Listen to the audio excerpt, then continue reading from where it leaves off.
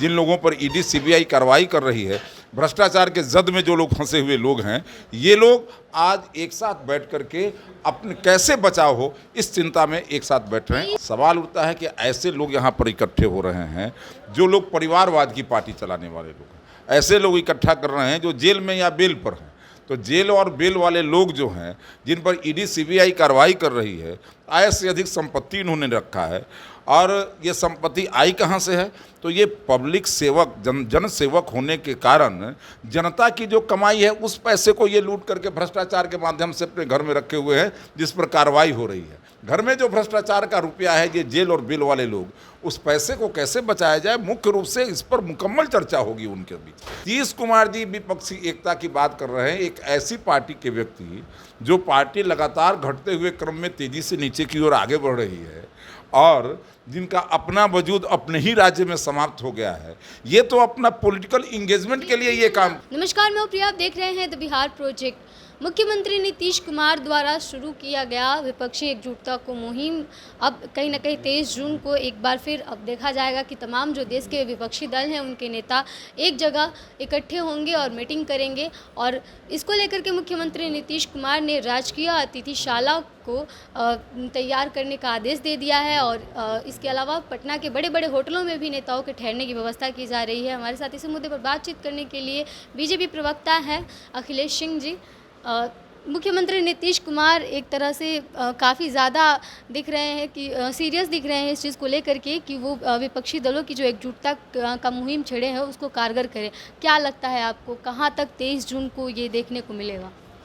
देखिए, अब जो लोग एक विपक्षी एकता की बात करने के लिए मुख्यमंत्री जी चले हैं, अब मुख्यमंत्री जी तो पहले अपने गठबंधन को यहाँ एक नहीं रख पाए, अब इस एकता के पहले ही उनकी एकता बिखर गई और जीतन राम मांझी जी उनको छोड़कर चले गए। अब सवाल उठता है कि ये विपक्ष की एकता करने के लिए आ रहे हैं तो पॉलिटिकल टूरिज्म होगा, अच्छे अच्छे होटलों में ठहरेंगे, बढ़िया बढ़िया खाना खाएंगे। हमने तो कहा है, हमारे प्रदेश अध्यक्ष जी ने, अगर वो चाहेंगे तो हमारे बिहार के बाहर के लोग आ रहे हैं, हम भारतीय जनता पार्टी भी उनके लिए जो बिहारी व्यंजन मुहैया कराने का काम करेगी। लेकिन हाँ, ये ज़रूर है कि विपक्ष की ऐसे लोग जो आ रहे हैं यहाँ पर, वो किस काम के लिए आ रहे हैं?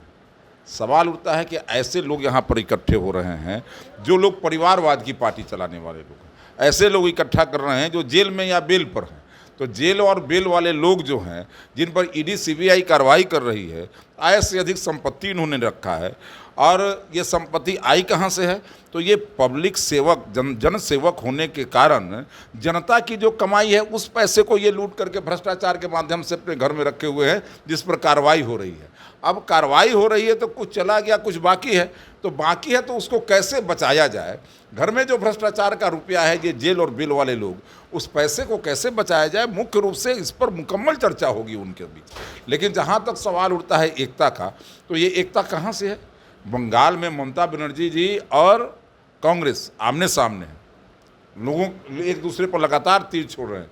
अभी अखिलेश यादव ने कहा बड़ा दिल दिखाइए वहाँ उत्तर प्रदेश के अंदर। केजरीवाल जी ने क्या कहा? तो बंगाल और हरियाणा और पंजाब को छोड़िए, कांग्रेस को कहा। अब ये कांग्रेस को इसी तरह से लोग कर रहे हैं छोड़ देने के लिए, और इस प्रकार से ये एकता लाने का प्रयास हो रहा है। ये कैसे होगा? अब नीतीश कुमार जी विपक्षी एकता की बात कर रहे हैं, एक ऐसी पार्टी के व्यक्ति जो पार्टी लगातार घटते हुए क्रम में तेजी से नीचे की ओर आगे बढ़ रही है और जिनका अपना वजूद अपने ही राज्य में समाप्त हो गया है, ये तो अपना पॉलिटिकल इंगेजमेंट के लिए ये काम कर रहे हैं। जीतन राम मांझी को लेकर के आपने कहा कि महागठबंधन नहीं संभाल पा रहे हैं, लेकिन जेडीयू की तरफ से ये कहा जा रहा है कि जीतन राम मांझी 23 जून को बगावत करने के मूड में थे और ये भाप लिया था जेडीयू के नेताओं ने, और इसीलिए उनसे इस्तीफा मांगा गया और ये कहा गया कि या तो विलय करें नहीं तो अपना रास्ता देखें। ये पहले नहीं कहे, जब वहाँ से चले खेल बिगाड़ना चाहते। सुनिए ना, जब ये वहाँ से चले आए तब ये समझ में आया, तब ये कह रहे हैं लोग छोड़ के जा रहे हैं। और जीतन राम मांझी, कौन किसका बात सत्य है? ये मुख्यमंत्री हम कह रहे हैं झूठ बोल रहे हैं? जीतन मांझी ने कहा कि आप हमारी पार्टी को जो है सो कि समाप्त करने पर लगे हुए थे। क्यों उनकी पार्टी को समाप्त करने पर लगे हुए थे? उनका भी अपना एक अस्तित्व है, बुजुर्ग नेता हैं, उनका अपना एक पहचान है, और आप उनकी पार्टी को समाप्त करने में लगे हुए थे। अब आप आकर के नए नए बहाने बना रहे हैं। देखिए, एक बात समझ लीजिए, ये विपक्ष की एकता बिल्कुल ही नहीं होने वाली है, और ये आपस में इनका संघर्ष चलता रहेगा। हाँ, ये ज़रूर है कि जब संकट में बहुत सारे लोग होते हैं तो एक जगह पर आते हैं, और ये संकट के जो लोग हैं, जिन लोगों पर ईडी सीबीआई कार्रवाई कर रही है, भ्रष्टाचार के जद में जो लोग फंसे हुए लोग हैं, ये लोग आज एक साथ बैठ करके अपने कैसे बचाव हो इस चिंता में एक साथ बैठ रहे हैं। 23 जून को जो बैठक होने वाला है उसमें मुख्य रूप से निर्णय लिया जाएगा कि अगुवाई कौन करेगा और कौन मोर्चा संभालेगा। नीतीश कुमार होस्ट करेंगे, लेकिन एक सवाल ये उठता है कि अखिलेश यादव के पिता मुलायम सिंह यादव जो थे वो विपक्षी दलों के साथ साथ सत्ताधारी दल और विपक्षी सबको एक साथ लेके चलते थे, लेकिन ऐसा चेहरा कौन होगा ये देखने वाली बात होगी। और अखिलेश यादव जो है वो क्या मुख्यमंत्री नीतीश कुमार के नेतृत्व को मंजूरी कर पाएंगे? देखिए, मैं आपको बता रहा हूँ, ये सबकी महत्वाकांक्षाओं की टकराहट है। महत्वाकांक्षाएं एक दूसरे से टकरा रही हैं।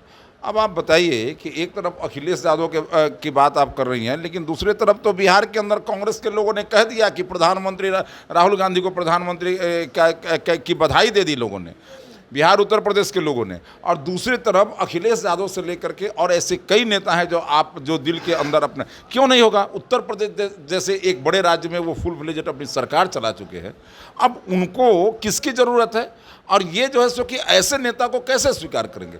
और इसलिए सबके अंदर महत्वाकांक्षा है। महत्वाकांक्षाओं के कारण ही बनी हुई ये पार्टियां हैं। जहां महत्वाकांक्षाएं बढ़ी हैं तो सिर्फ कुर्सी और पैसे के लिए जो पार्टी बनी है, महत्वाकांक्षाओं के कारण बनी हुई पार्टियां, और उनके अंदर बड़ी महत्वाकांक्षाएं हैं, और इन महत्वाकांक्षाओं की टकराहट है।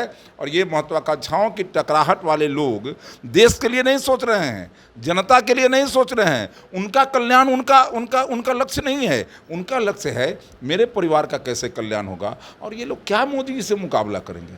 मोदी जी से वो मुकाबला करेंगे जिनकी इतनी छोटी सोच है, जो अपने परिवार का कल्याण चाहते हैं। अरे मोदी जी से मुकाबला वो करेंगे जो देश के लिए खड़ा हो। लेकिन देश के लिए खड़ा अगर कोई एक व्यक्ति इस देश के अंदर है तो उसका नाम है नरेंद्र मोदी, जो देश के लिए ही जीता है, देश के लिए ही मरता है, और देश के मान सम्मान और प्रतिष्ठा को भारत की परिधि से बाहर दुनिया के देशों में ले जाने का काम करता है। और उस व्यक्ति से इनका मुकाबला बेकार है, मुकाबला है ही नहीं। एक समय पर देखा गया कि कांग्रेस के खिलाफ पूरे देश की विपक्षी पार्टियां एकजुट हुई थी और उस वक्त एक मुहिम छिड़ा हुआ था, और वही मुहिम जो है अब एक बार फिर बिहार की धरती पर एक तरह से इतिहास रचने का काम किया जा रहा है। और ये जो विपक्षी दल है वो तमाम विपक्षी दल भाजपा के खिलाफ एकजुट हो रहे हैं, लेकिन इसमें तमाम जो दिग्गज नेता हैं, जो चेहरे हैं विपक्षी दलों के, उसमें ही एक दूसरे के प्रति जो है वो पहले भी देखा गया था कि कितने मनमुटाव रहे हैं। फिर चाहे वो ममता बनर्जी की बात हो कांग्रेस के साथ, या फिर अखिलेश यादव की बात हो कांग्रेस के साथ, राहुल गांधी के साथ, अरविंद केजरीवाल हो, सब लोग एक दूसरे के साथ, इनका समीकरण फिट नहीं बैठता है। वो तो मैं कह चुका हूँ कि किसी का समीकरण, अभी अरविंद केजरीवाल ने जो कांग्रेस को कह दिया कि आप जो है सो पंजाब, हरियाणा और दिल्ली छोड़ दीजिए, उधर ममता बनर्जी को, स्टालिन को मनाने का प्रयास चल रहा है, लेकिन स्टालिन मानने को तैयार नहीं है। स्टालिन की भी वही स्थिति है। तो इसलिए एक बात समझ लीजिए, कहीं कोई मामला नहीं है। इनकी महत्वाकांक्षाएं टकरा रही हैं। ये अपने स्वार्थ अपने स्वार्थ साधने के लिए एक जगह पर इकट्ठा हो रहे हैं, और इसलिए मैं समझता हूं कि कहीं कोई विषय नहीं है। नरेंद्र मोदी जी इस देश के आम जनों के हृदय में है, इस देश के सबसे स्वीकार्यता वाले नेता हैं, और जनता के बीच में सबसे ज़्यादा इनकी स्वीकार्यता है, और इनके बराबर कोई नहीं है। और इसलिए कोई चुनौती नहीं है, कहीं कोई संघर्ष नहीं है, एक तरफा मामला है जनता आदरणीय नरेंद्र मोदी जी के साथ। चलिए, तो एक तरफा मामला है, विपक्षी दलों के एकजुट होने से कोई फायदा नहीं है, क्योंकि नरेंद्र मोदी के मुकाबले में कोई नहीं है, साफ तौर पर कहना रहा बीजेपी प्रवक्ता अखिलेश सिंह जी का। बाकी आपकी विपक्षी दलों की एकजुटता की मुहिम को लेकर के क्या सोच है, हमें कमेंट बॉक्स में ज़रूर बताइएगा। बने रहिए हमारे साथ, देखते रहिए बिहार प्रोजेक्ट। धन्यवाद।